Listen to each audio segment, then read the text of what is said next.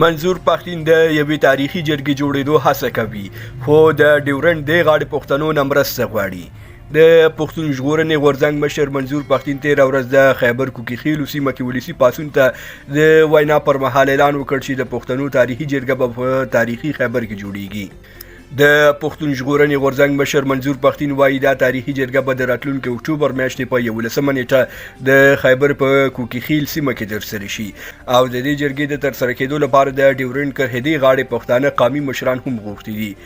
د تاریخي جرګې ته به شاوخوا شپېتو پښتون میشتو سیمو اساسي راوبلل شي او په خپل ورک برخلیک به وغږیږي په اعلامیه کې نه دي روښانه شوي چې دې غونډې ته به د ډیورنډ د غاړې کوم قومونه وروبلل شي خو جنرال موبین ویلي چې د دې جرګې ترسره کول بې ځایه دي او دوی باید د عدم تشدد دا بې معنا کارونه پرېږدي